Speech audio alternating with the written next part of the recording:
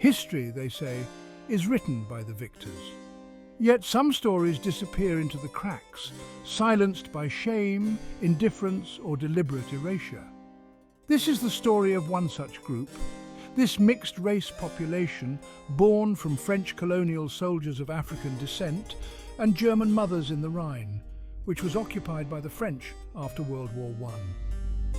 Their story emerged from the ashes of World War I, only to be caught in the crosshairs of another, even more insidious war, the Nazi regime's quest for racial purity.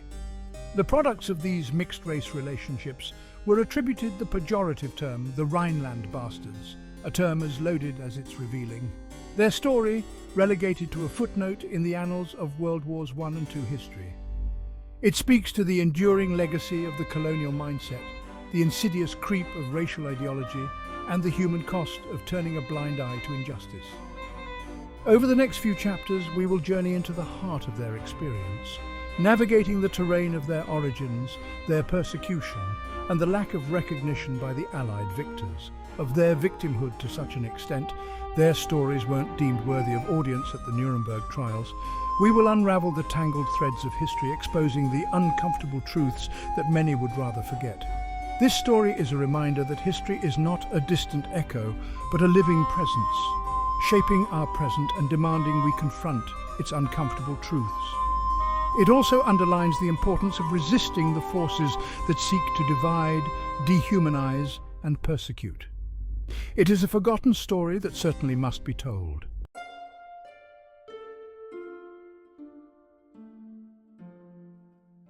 Rhineland Bastards.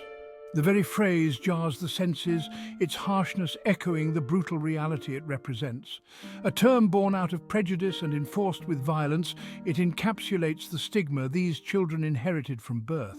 They were not granted the dignity of individual names, individual stories. They were lumped together, defined by their perceived illegitimacy and the colour of their skin.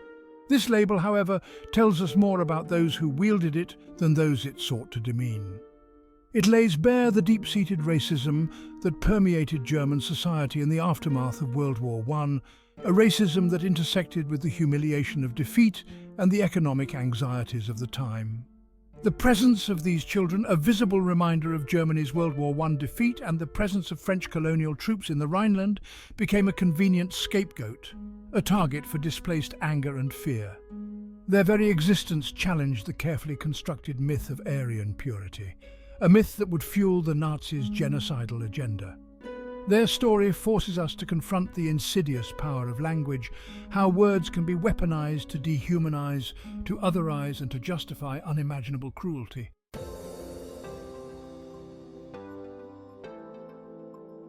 The story of the Rhineland Bastards is not confined to the history books. It reverberates in the present, a haunting reminder of the enduring legacy of racism and discrimination. Their experiences, though specific to a particular time and place, speak to universal truths about power, prejudice, and the human capacity for both extraordinary cruelty and extraordinary resilience. By delving into their story, we gain a deeper understanding of the complexities of identity, belonging, and the search for justice in a world often hostile to difference. We are forced to confront uncomfortable questions about our own societies, our own biases, and the ways in which we continue to grapple with the ghosts of the past. The echoes of their struggle can be heard in the ongoing fight for racial equality, in the movements demanding recognition and redress for historical wrongs. Their story reminds us that the pursuit of justice is a marathon, not a sprint, and that the fight for a more equitable future demands constant vigilance and unwavering commitment.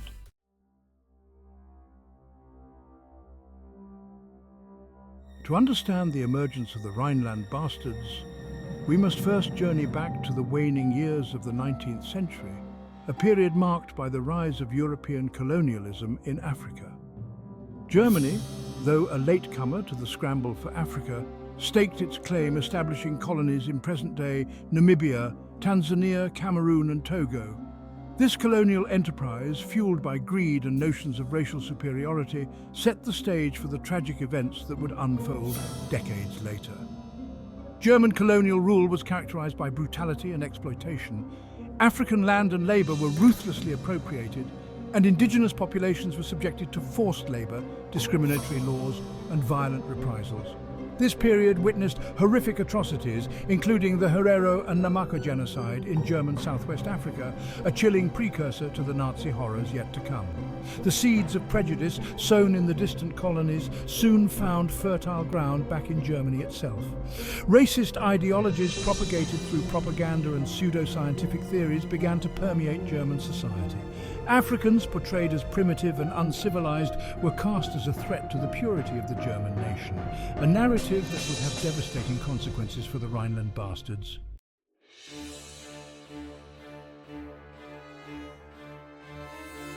Section 2. A World in Flux. The First World War shattered Europe, redrawing borders and leaving deep scars on the continent's psyche. Germany, defeated and humiliated, faced economic collapse, political instability, and a profound sense of national trauma. It was in this tumultuous period, amidst the ruins of war, that the seeds of resentment and xenophobia took root, creating a climate ripe for scapegoating and the rise of extremist ideologies. The Treaty of Versailles, signed in 1919, added salt to Germany's wounds. The treaty, widely perceived as unjust by Germans, imposed heavy reparations, territorial losses, and strict limitations on Germany's military. This fueled a sense of national humiliation and resentment, a potent brew that would later be exploited by the Nazis. In the aftermath of the war, the Rhineland, a region on Germany's western frontier, was occupied by French troops, among them soldiers from France's African colonies. This occupation, deeply resented by many Germans, would have unintended and tragic consequences. The presence of these colonial soldiers, a visible reminder of Germany's defeat, would become intertwined with the burgeoning racism of the era, giving rise to a new target for hatred: the children born from relationships between German women and African soldiers.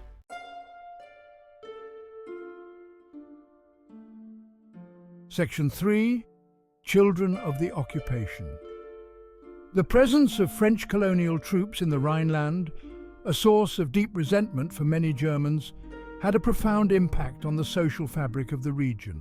The soldiers, hailing from various African colonies, including Senegal, Morocco and Algeria, found themselves in a society grappling with defeat, economic hardship and social upheaval.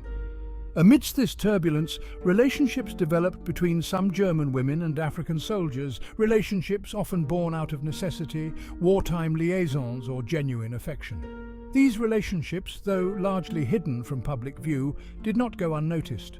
The children born from these unions, children of mixed heritage, became a visible embodiment of the complex dynamics at play in the occupied Rhineland. They were living reminders of the war, the occupation, and the intimate encounters between colonizer and colonized. The birth of these children, however, was met with mixed reactions. While some were accepted into their families and communities, many faced prejudice and discrimination. They were often referred to as Rhinelandkinder, Rhineland children, a term that carried with it a whiff of scandal and shame. These children, caught between two worlds, became easy targets for the rising tide of racism and xenophobia that swept through Germany in the years following World War I.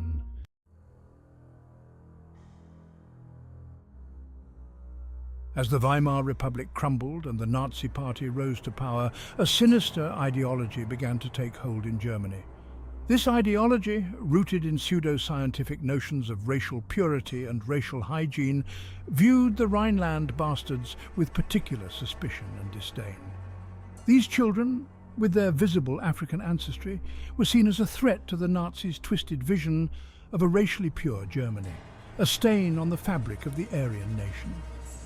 The Nazis embraced the dangerous and discredited theory of eugenics, a belief that certain races and individuals were genetically inferior and posed a threat to the health and purity of the nation. This ideology, fueled by racism and a warped sense of social Darwinism, provided the justification for a series of increasingly draconian measures aimed at controlling reproduction and eliminating those deemed undesirable. The Rhineland Bastards, caught in the grip of this poisonous ideology, found themselves increasingly marginalized and demonized. They were labeled as Mischlinge, mixed race, and subjected to discrimination, ostracism, and violence. Their very existence challenged the Nazis' carefully constructed myth of Aryan supremacy, making them targets in a campaign of hate that would have devastating consequences.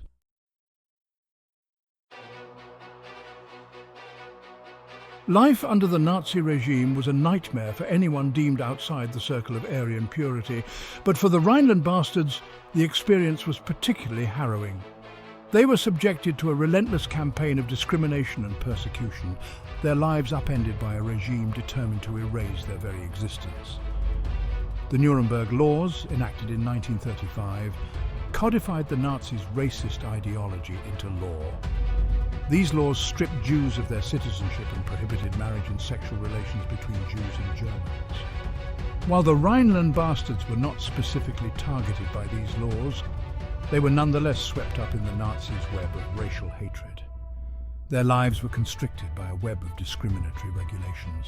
They were barred from attending certain schools, holding certain jobs, and participating in many aspects of public life. Many were denied opportunities for education and employment, forced into menial labour, or left to fend for themselves on the margins of society.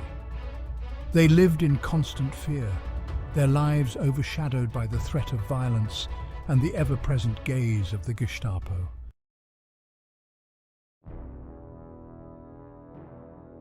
As the Nazi regime tightened its grip on power, it became increasingly clear that discrimination was not enough. The Nazis were determined to eliminate what they saw as a threat to the genetic purity of the German nation, and they turned to a chilling solution: forced sterilization. In 1933, the Nazi regime passed the law for the prevention of hereditarily diseased offspring, a law that would have devastating consequences for the Rhineland Bastards. This law allowed for the forced sterilization of individuals deemed to be carriers of hereditary diseases, including mental illness, epilepsy, and physical disabilities. While the law did not explicitly target racial minorities, it was applied in a discriminatory manner, with the Rhineland Bastards disproportionately targeted for sterilization. Doctors, acting on the Nazis' racist ideology, often classified these individuals as mentally deficient or socially unfit, using flimsy pretexts to justify their forced sterilization. Thousands of Rhineland Bastards, many of them young adults or even teenagers, were subjected to this horrific procedure, robbed of their reproductive rights and their dignity.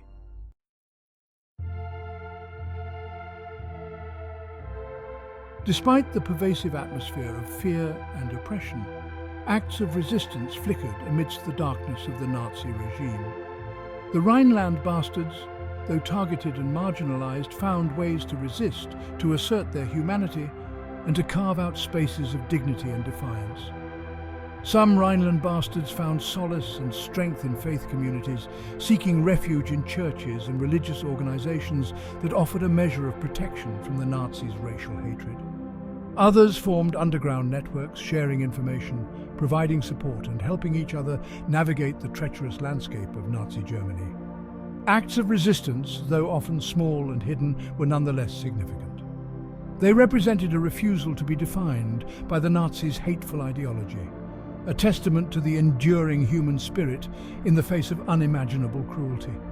These acts of resistance, though often overlooked in the grand narrative of history, serve as a powerful reminder that even in the darkest of times, hope and humanity can endure.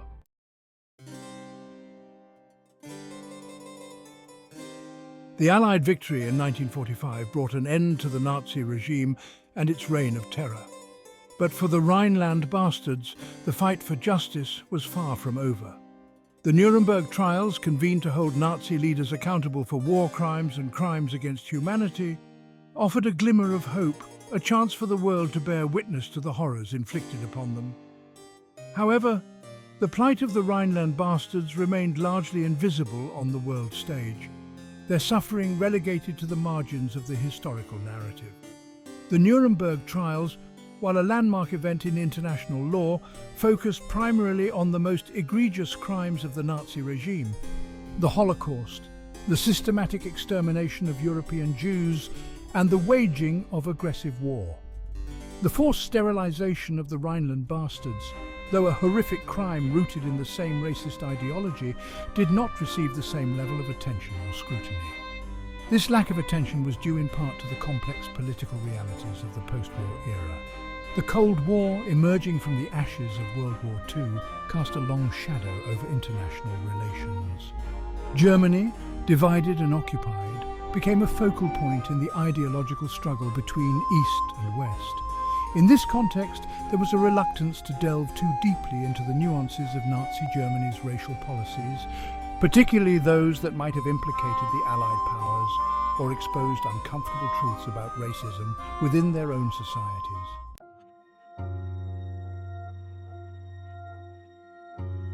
In the decades following World War II, the Rhineland Bastards continued to carry the burden of their past, their experiences largely silenced and forgotten.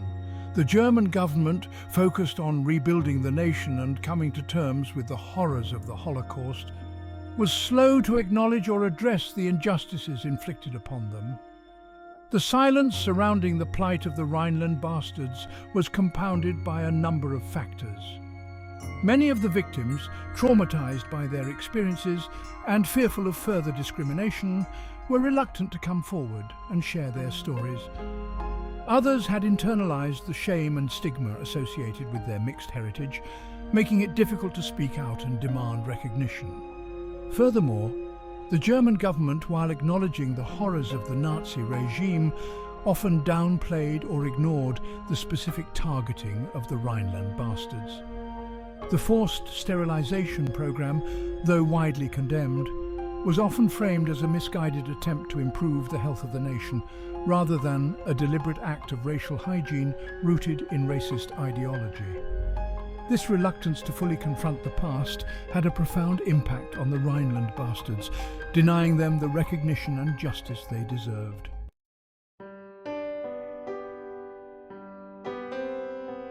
The Rhineland Bastards, labelled as bastards, mischling and undesirables, were denied the basic right to define themselves. Their identities were stripped away, reduced to a single, dehumanizing label. Yet despite the Nazi regime's efforts to erase their humanity, they persevered, clinging to their dignity and their stories. Their experiences underscore the enduring power of identity, the importance of self-definition in a world that seeks to categorize and control. The Rhineland Bastards, though subjected to a relentless campaign of discrimination, never fully internalized the Nazis' hateful ideology. They found ways to resist, to maintain their sense of self, and to pass on their stories to future generations. Their resilience serves as an inspiration, a reminder that even in the face of oppression, the human spirit can endure. Their story challenges us to embrace the complexities of identity, to celebrate diversity, and to create a world where everyone has the right to define themselves on their own terms.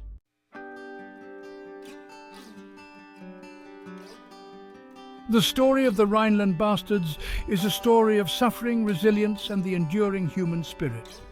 It is a story that demands to be told, not only to honor the memory of the victims, but also to educate future generations about the dangers of intolerance and the importance of fighting for justice.